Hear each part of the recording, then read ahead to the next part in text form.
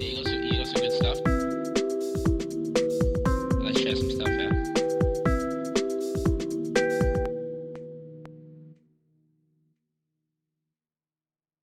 Okay. Hi everyone. Welcome to KSDL. On today's special episode, we have Carla Diana. Carla! Hello. Welcome. Thanks, Carla, for accepting our invite for this chat. So, Wow. if you're new, this year we started a book club on Kiasu Design Life. We've recently concluded our first book, My Robot Gets Me. And who is no better to officially close this book series than the author of the book herself, Carla Carla Diana. Diana! Woohoo!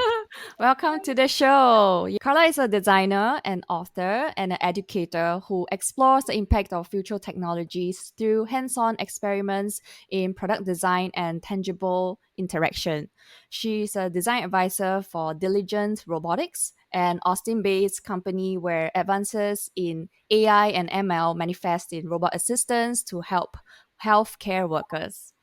You may have heard of these design firms called Smart Design or Frog Design. She has been part of them and worked on robots to connected home appliances. Apart from My Robot Gets Me, the book, which she released in 2021, she's also a creator of the children book on 3D printing. Yeah, and if that's not enough, she created a 4D design program at Cranbrook Academic of Arts. So 4D, the fourth D is time. So it's basically looking at yay, we have done our research. So it's looking at the dynamics of design over time through technology. Yeah, so that's all Yes. about color. So let's welcome color to our show. Yay, welcome. Thank So you. let's Thanks so much maybe for having me. maybe Carla, you can give a bit of intro about yourself and also talk a bit about your book. Sure. So I always knew that I had some creative energy and I wanted to make things. And Mm. my first degree was mechanical engineering, but I Mm. didn't realize that mechanical engineer doesn't always get to think about the human side of things because it's so involved with the mechanism, of course. Mm. So I went back to 180 degrees to Mm. study at the place where I'm now teaching, which is Cranbrook Academy of Art.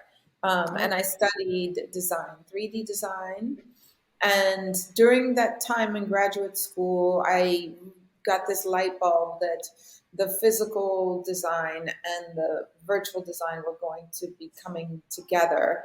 And so from that point on, I just targeted any work opportunities towards Mm. design at that Mm. intersection of the physical and the digital. So in some of the places where I work, they mentioned smart design and frog design. Um, and now ultimately with diligent robotics were opportunities where there were physical things that had a digital component, and the thing about the digital component is that it gives an object behavior. And so I've been lucky and really focused to have a lot of my work in that area. And so a few years ago decided that it was time to tell some of these stories and write a book about it. And while I was writing the book, this opportunity came from Cranbrook Academy of Art to create a new program. And Mm. all they knew is that they were calling it 4D design, but they brought in different people to have Mm. whatever vision they had for it. And my vision was really around tangible interaction Right. Mm. in the physical world. The things Mm. around us were going to start becoming imbued with dynamics, sound, light, and movement. And so I felt like Mm. that was the place where these graduate studies had to focus. And Right. Mm. it's where I am now. Cool. So the Mm. book came Awesome. first, then the module. I Yes, yeah, the book came first. I mean, I had been already realizing that there wasn't any education Mm-hmm. in designing what I might call smart objects. And so I Yeah. had been creating these courses for other places that I taught. mm, Like I taught at University of Pennsylvania and I taught at School of Visual Arts and Parsons. And yeah, realized that there was nothing that existed. So Mm. after having been teaching these courses that I had to create Mm. from brand new, Right. I realized that I could take some of my lectures and case studies and stories and put them into the book. And then, yeah, the book took years to really finish. So while I was um, doing that, yeah, this opportunity to come to Cranbrook and create this program. And everywhere else I was teaching, these courses around smart objects would be, one course that was Mm, maybe not required, elective, and so the chance to actually have an entire 2 year master. So it's a 2 year master mm, finance program.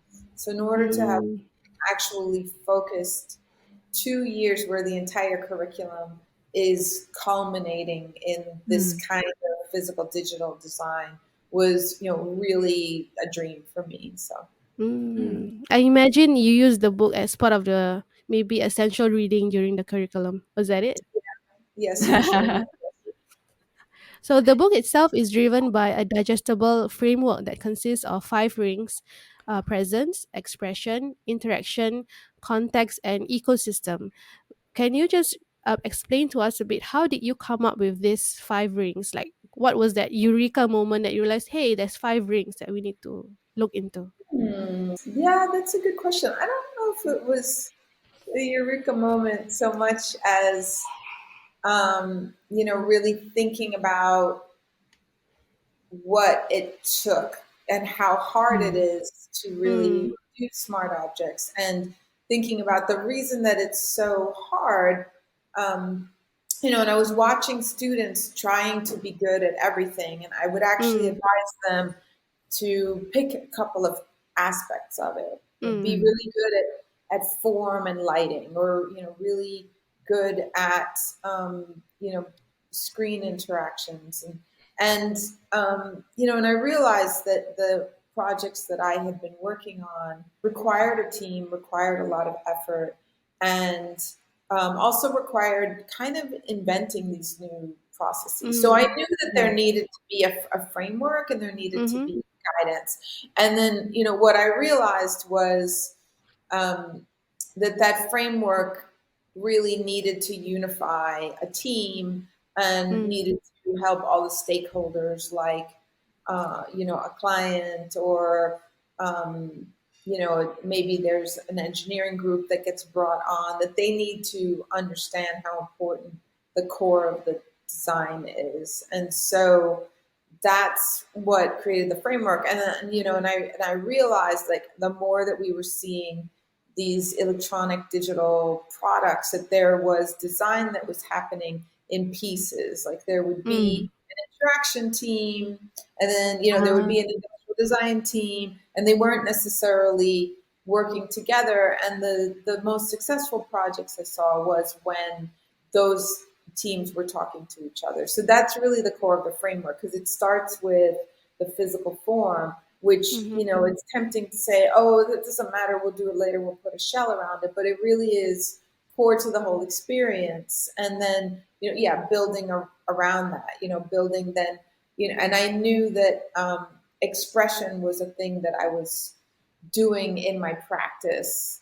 Even, mm, and sometimes it was just, I'd get hired to do just one aspect, like lighting on a coffee pot, let's say, but yeah. that was an entire effort in mm, itself, because there's a language to it, and there's the creating of that language and coding in terms of mm, like what it symbolizes, what the colors, what the pattern symbolizes.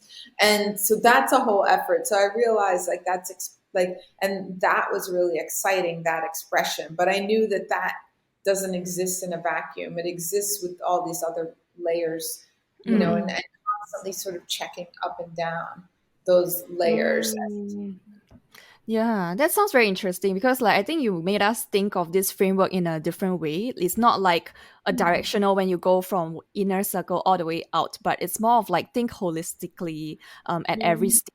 with all these five rings, right? Also, you mentioned in your book and also in your own podcasts a few years ago, My Robot Gets Me aims to push us as designers to think and design more deliberately as products around us become more robotic, right?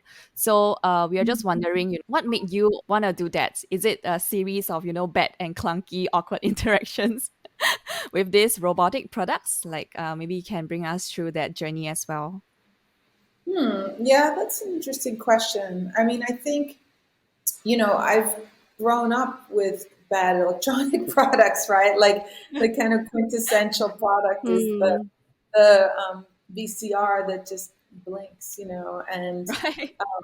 or the alarm clock that you can never quite know, is it the alarm set or not, or Oh, So yeah. relatable. is it 3 a.m. You. or 3 p.m.? So and then actually working as a designer, Mm. I think it was then seeing how good design could be. Like my experience at Smart Design was really intense. We Mm. everyone who worked there worked really hard, really long hours, but it was really good design practice. We did Mm. deep research and talking to people to understand user needs. We did deep, deep iteration where we would do a design and then do it again and then look at it and test it with people.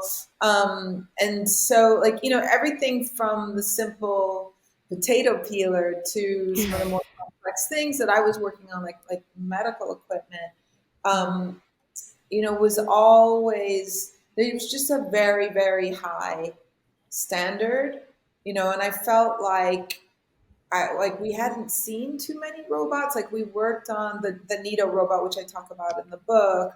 Yes. Um, but I just felt like it was one of those moments. Like sometimes there are these just kind of pivotal moments when you see something coming, and that's what I felt like because I had been working with roboticists in academic research labs. So, like one of the first robots I worked on was called Simon, and it was with a professor named Andrea Tamaz, who is one of the founders of Diligent Robotics, along with Vivian Chu. And Andrea's work was really pushing the limits, and it was the very first robot had eyes and eyeballs, and and we talked as a team, and it's always a fabulous team. There's a Right. mechanical engineer named Jonathan Holmes, but I was a lot responsible for what the architecture, especially of the head, would be. And I gave it these kind of big ears so we Mm.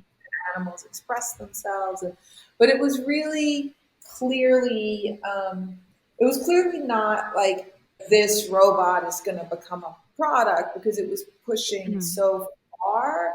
But it was just that was the light bulb moment, actually, Mm. was seeing that Simon robot and feeling like, oh wow, like this is amazing interaction. Like the first time we worked on it for years, and then like when it actually came together and the engineers had everything, and there was a demo, and I got to stand in front of it, and I got this like goosebumps feeling, right? Of wow, like it sees me, it understands me, and there was a way of interacting that I had never experienced with any other product, and yeah, it was this real light bulb that just made me feel like, oh, this is going to be really nuanced and magical if we can bring a piece of it. And it doesn't mean that everything needs eyeballs and crazy ears in this case, but it just meant like even just the robot nodding its head to say yes, I felt like,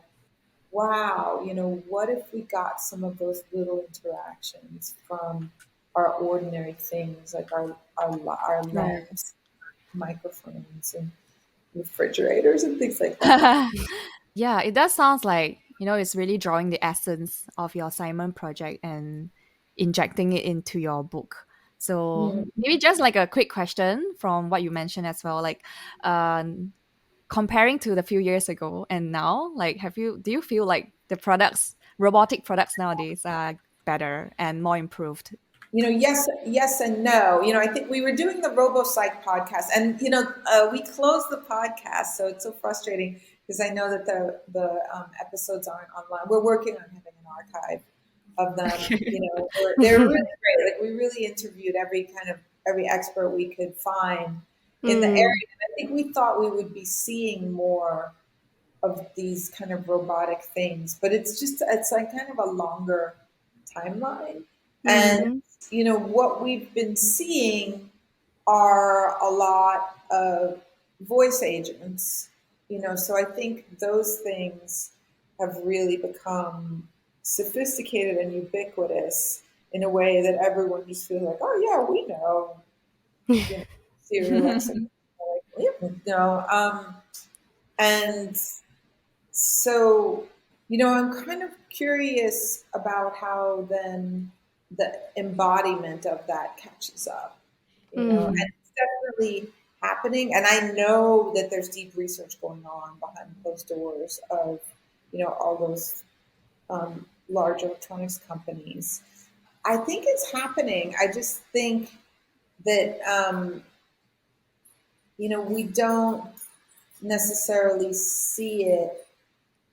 I think it's going to be subtle. It's going to be like this subtle nod of a lamp, and we won't think about it as a robot. Kind of why I wanted to write the book also is because I wanted to point out to people that, and to designers especially, that this would be a robot, and that the robotics would be something that would just start showing up. So I think, to answer your question, I feel like we're still seeing this idea of robot in this science fiction way. Like, every CES, there's a few things that are like Yes. a little thing, or like a security robot, but that's not really what I'm talking about in the book.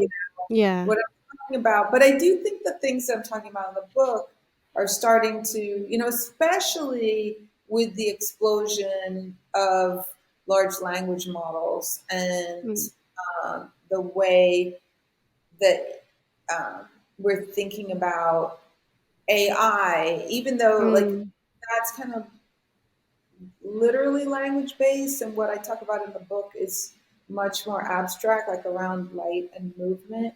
I think it's all going to feed the same thing. And then I'm starting to see really interesting product experiments. Like, there's one by a fellow I know named Matt Webb that's called Poem One. That's a clock that shows you a poem every minute that's an AI generated. Wow. Oh. And I think so. I think it's still very early experimental stages, and it's just this term robot's really problematic. Like, in terms of, like, well, that's not a robot, but it is.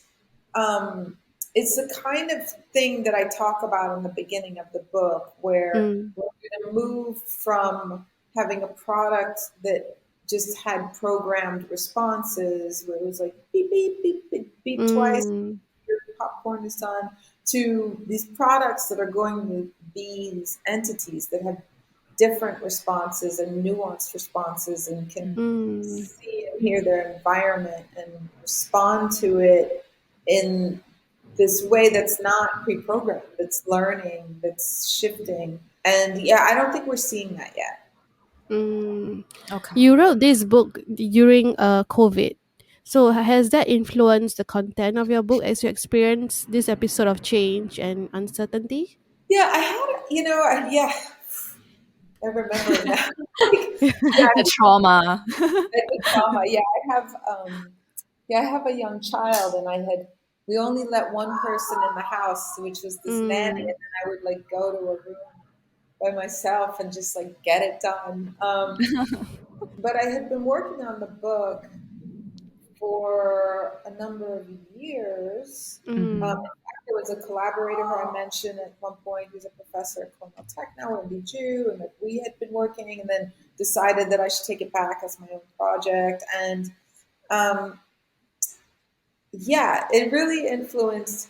So what it influenced is I was putting together the final chapters and the conclusion. Like most of the book was very well done Mm. um, before that moment, but then it was this kind of like final push of tidying everything up and then tying it together at the end.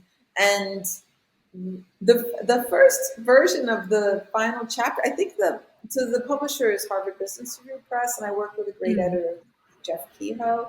And I think at some point he said, yeah, like this conclusion, it's pretty dark, like compared to the rest of the book. And what started happening is, I had been working on these smart objects courses. I'd been writing this book. I had created this master's program, and I was doing this podcast. And, it was almost like I was talking this foreign language. And then during the pandemic, all this news about Mm. robots started coming up, Mm. right? Yeah. Mm. And it was kind of like, wow, now we can have a robot that delivers you food, and you like never have to keep it. Like, and now, and now we have a robot that's going to spray your hands with disinfectant, and certainly it was a boon to the to Diligent Robotics. So I have a lot of I still work as an advisor, and I still work on some design projects with Diligent, Mhm. and um, they were getting tons of interest because here was this robot that was already roving the hospital, and could it take specimens without a lot of people having to touch it or being, like, Mm. but I just felt this like sadness because I just felt like no, no, no, like this isn't what I was interested in. I was interested in things that bring us together, or things that help us, or the oven that helps us make a dinner party, or the chandelier that helps us like eat a meal together over a table with shifting light. Mm. I just felt like this whole idea of these robots like roving the world without us, and with us Sure. like being in house alone. And a lot of it was really just what the pandemic was about, but like this excitement over us being in these rooms alone with all these robots, like gave me this sort of sinking feeling. And so I really, and I haven't revisited the conclusion Mm. in some time. So I don't even really remember what I wrote, and maybe you all remember, but like I do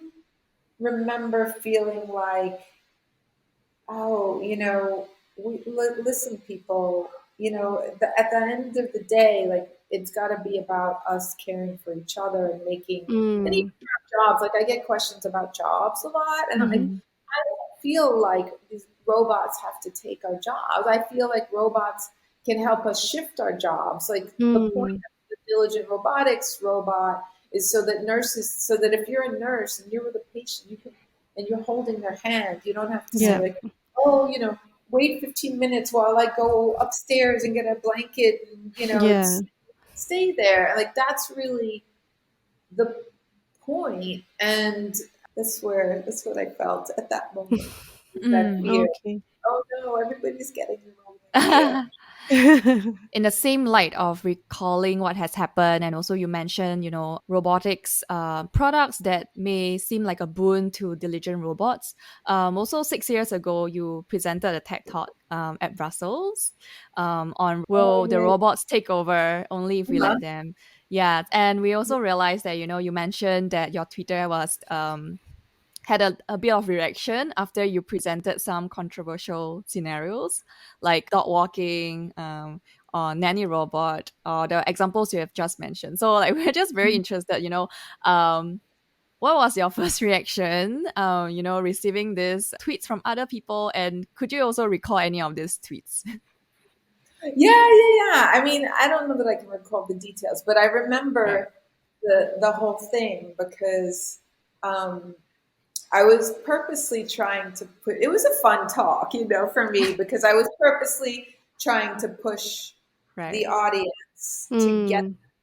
to think, and I Mm. went I started out, I think I started out with like, is an elevator, a robot, and this Mm. dishwasher robot, and then escalated to this, well, how about a dog walking robot, and it was something I was struggling with, right? Like, and I felt Mm. like, well, maybe we would have dog walking robots. And then I felt like, well, but don't we get dogs because we like to walk and they like get us out? Like I have a dog now; she's around here somewhere, and like I run into so many people when I walk Mm. her, and I felt like, yeah, I don't know about that. And like the nanny robot, I knew was definitely like the thing. And I Okay. actually like photoshopped this picture of my son with this rendering, and I put it up on the screen. And I remember the audience going like, "Whoa," and then I mean the tweets were really interesting to me because I mean most people got that I was being Pushing. provocative, Yeah. yeah. Mm. And then some people didn't, and I guess that kind of surprised me. Like I kind of thought, oh, I thought it was clear that I was being provocative. Like some people just really responded and said, um, a nanny robot, never, no way, How could you? idea this person presented. And I just felt like, yeah, I know. like, but yeah, So that's all that's part of the plan. yeah, it was right. Exactly. It was part of the plan. So, I mean, I was disappointed when people took it at face value, but at the Mm. same time, it kind of proved my point, that like, yeah, like think about it. You're the consumer, you're the one making the choice. And Mm. Right. Mm. Okay, so moving on from that, we're gonna look into more on the courses that you created. So you created academic courses that led to teaching at School of Visual Arts and Parsons School of Design in NYC, Universidad Veritas in Costa Rica, and creating the 4D design program at the Cranbrook Academy of Art. So our question for you basically, could you give us a peek of what your students will go through with you? oh yeah, sure. Um, well, there's tools for sure. Like there's tools and skills, and Mm. then there are methodologies. So Mm. in terms of tools and skills, the way that I break down, at least let's say the 4D design program at Cranbrook is and Cranbrook's a place that has this very rich history in um, design, at least especially American modernism. So Mm. anybody who's furniture fans are familiar with the Eameses, and the Eameses were at Cranbrook doing a lot of experimentation with materials, like a lot, like the bent plywood that we take for granted that we see in furniture all the time was Mm. something that was really kind of new, like it was being used in the aircraft industry. And so but it's really physical making, and then there was Saarinen and Loya Saarinen. There were a lot happening in textiles and weaving, and so because I've been so focused on this physical digital, like I've experienced programs that have physical design where you Mhm. make forms and models, and then programs that have interaction design where you plan out flows of information. And so in all the courses that I've put together, I want people to understand that they need to have appreciation for both of Mm. those. Mm. So it always starts out with concept and story. Mm. So I used to teach this smart art. I created this smart objects course at School of Visual Arts, and Mhm. that was a really satisfying experience because the course was required for both the interaction design students as well as the students from what's called products of design. And I would Mm. always pair them up. There would always be a team of two, and Mhm. so it was really exciting to see all the kinds of exchanges that happened. But I started them out, they always had to pick a topic, like some area. Mm. Like pets or healthcare, entertainment or travel or something like that. And then, interview people and brainstorm and come up with where the need was that they wanted to explore. So that's something that I always bring Mm-hmm. to the Cranbrook 4D design program. And then, so I was talking about Cranbrook having this history of the craft. So I really Mm. challenged myself to articulate, well, what is this craft now? That this is the first new program in the Yeah. academy in 47 years. So, like, what does it mean? Nobody, like, it seems like a cryptic word. So I've broken it down into form, code, and electronics. And so Mm. that's where the craft is. And I would Mm. say it's form, code, and electronics that manifests in sound, light, and movement. So sound, light, and movement are some of the qualities, but the actual work, what students are building in terms of their tool set and the methodology, is form, code, and electronics. So by Mm. form, everyone has to at least be able to open a 3D modeling program, understand how to see in 3D and, Yeah. put shapes together and how to 3D Mm-hmm. print so that Yeah. there's, some foundation around physical making.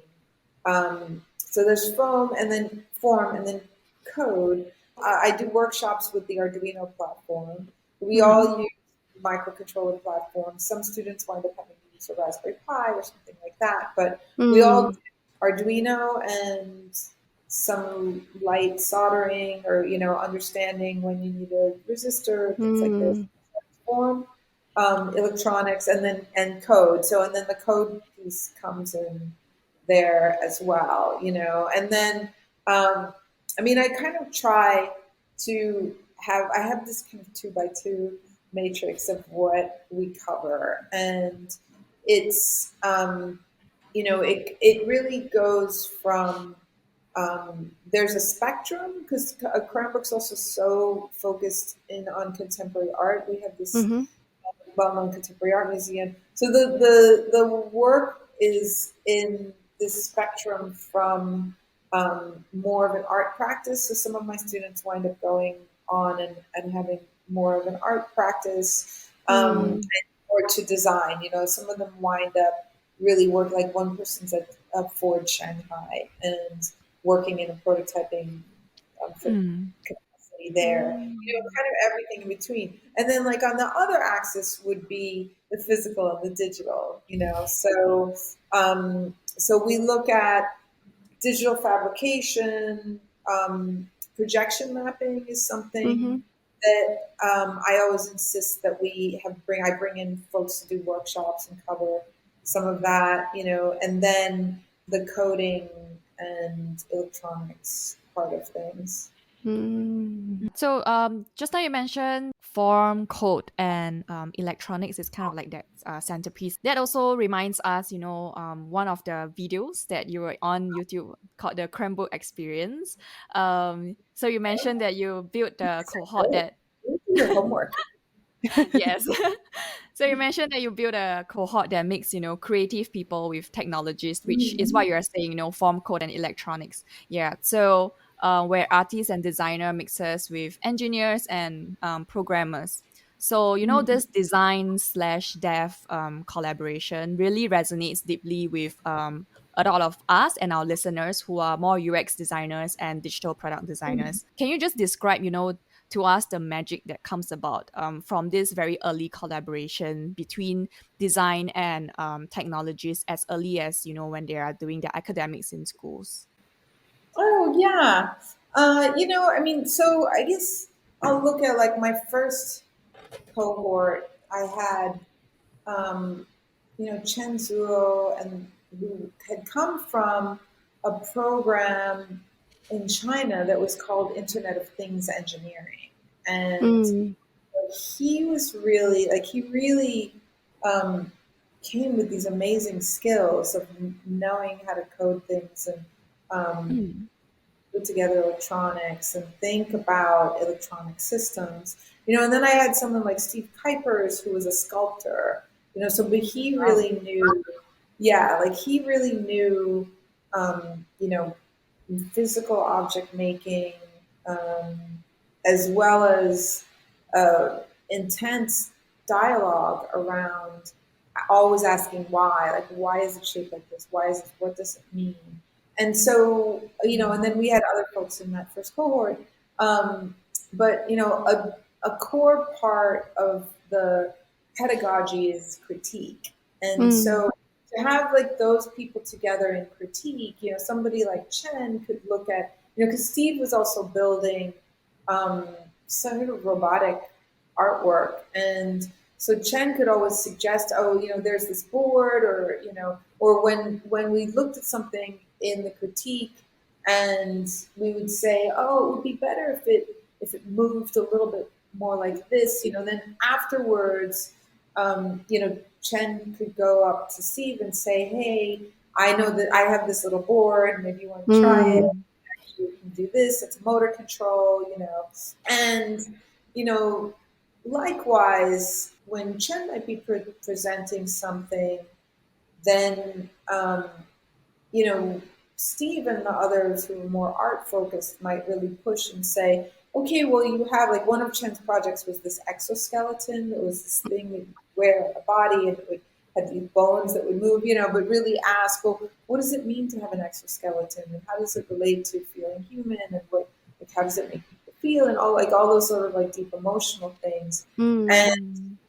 Mm. it was exciting to watch because then I think Yeah. the students push each other. Like so, for like Chen's final, one of his final projects that he presented in the museum involved using ferrofluid. So he created this kind Mm. of flow where this ferrofluid was almost like a painting that was ink, like if you imagine an ink splatter, but then he Oh. had a magnet behind it that was motor controlled that could sort of make it shift. And it was really to see someone who had come from such a schooling that was so grounded in like IoT, making practical objects, and Mm. see him really flourish. And he pushed himself so hard with that e-ink because Mm. he knew Wow. like that he wanted it to be, and like it in a sense served no function, but like Ah. obviously it had intense meaning and had a lot of meaning to the people in the museum. Mm. So those are the kinds of um, interactions that I really love to see, and I'm really trying to get more technologists. That I have someone who applied this year who comes from a computer science background, who I'm hoping will join in the fall, and I mean, it's a lot of what my background is like. Like I just had that craving because I had Mm. studied mechanical engineering, and then suddenly felt like, oh wait, like I didn't realize that there was a career where you're drawing and you're thinking about people's emotions, and that's Mm. your decisions. And I was like craving, because I wound up working as an engineer for almost 7 years, and the whole time Mm. feeling, but I know that there's this other thing to do, and so I'm really intent to try to find those misfits, like those people who feel like they want a taste of this more creative stuff. Mm. That's nice. Try to find the next generation of people. Yeah. Yeah. So among the very personal stories that you shared in your book, you mentioned your son, Massimo, who was 1 year old back then, and he understood what the light meant in his room and how he knew how to navigate mobile device interface from 1 year old or even younger. Now that is he 8 years old now? Yeah, he's 8. So how is his relationship with social products now? Oh, interesting. Yeah. Yeah, you can tell how long I worked on the book because when we were Just he was doing what, some but when it was mathematics published, he was calculations. already like 4, I think. Um, yeah, yeah. So anyone who's doing the math, it takes a long time to write a book. That was a remarkable moment for me when he was a baby, and he knew that it was morning because I had programmed the lights. Yeah. Um, and it really made me think like, oh, like he might not know how to read a clock, but he knows how to read this. Well, you may have been hearing him throughout this conversation because he's in the Yes. room playing Minecraft. So he's, Oh. yeah, I mean, he's really into it. And sometimes I bring, like, we do some VR and AR work in Cranbrook Mm. design. So sometimes I bring in like the Meta headset and Mm. yeah, he loves that. I mean, I think he gets to see Cranbrook. He gets to see kind of crazy things happen, and he's I mean, in terms of products, he's comfortable with them. We have an Amazon Echo, um, Mm. and he'll love sometimes to ask, like he'll say things sometimes like, "Oh, mom!" Like we have all these pets. We have like a turtle and a gecko and 100 gallons of fish tank. Let's say, do the angelfish need to eat every day? And I'll say like, I don't know. Like maybe we can ask Alexa, and he will. Oh. I try not to say that word like on podcast because it makes people's devices go off. That happened to us when we were recording Yes. as well.